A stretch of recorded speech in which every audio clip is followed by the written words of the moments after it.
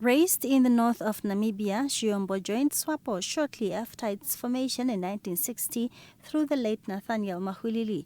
He is one of those who never wavered during the difficult times of the colonial era, and his membership of SWAPO, he says, created more enemies, especially in the Maheke region's Oshinene district.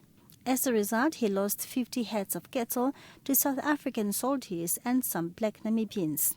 He suffered humiliation after he was prevented from attending a funeral of a relative after being labeled a suicide bomber. Politics of our time was very difficult, very difficult. You were not afraid of whites only, fellow heroes too. He also tells us about restrictions imposed on them by the regime, one of them being that blacks were only allowed to purchase brown bread only. There was a shop with 2 doors. One is written for whites only. You must enter the shop through a door that says not for whites. These events, however, only strengthened his resolve in SWAPO, and in 1980 he was sent to Lusaka by one of SWAPO leaders, Marco Siku, to collect funds for the party's operations in the country. This assignment landed him in trouble with the police on his way back at the borders after a tip-off. They came with shamboks and they will hit you everywhere and anywhere, left, right and center. Even they stumble you on the head. I was in danger.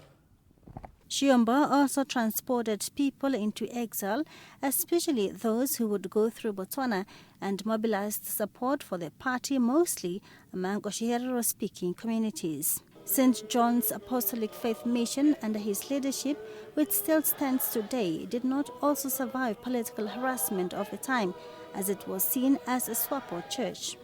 He relates a story of a random shooting in the church yard in which one person was killed under this tree. The history is long and bitter.